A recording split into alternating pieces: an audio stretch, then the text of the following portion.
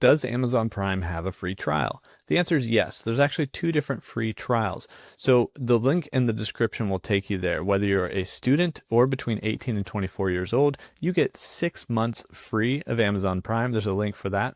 If you don't qualify for either of those, or you could try it out and see, there's actually another link where you get a 30-day free trial. Now, if you're in that, they call it Amazon Prime for young adults. That 6 month free trial also gets you free food deliveries. It gets you 5% cash back.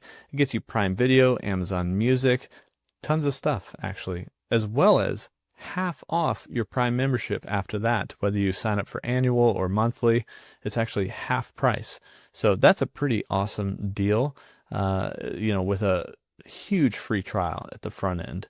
Now, if you don't qualify for that, you do have the option for a 30-day free trial of Amazon Prime. You don't get the cash back, but you do get unlimited streaming on Prime Video. You get Amazon Music. You get free fast delivery, as well as participation in Prime Big Deal Days, which are these awesome sales that only Prime members get.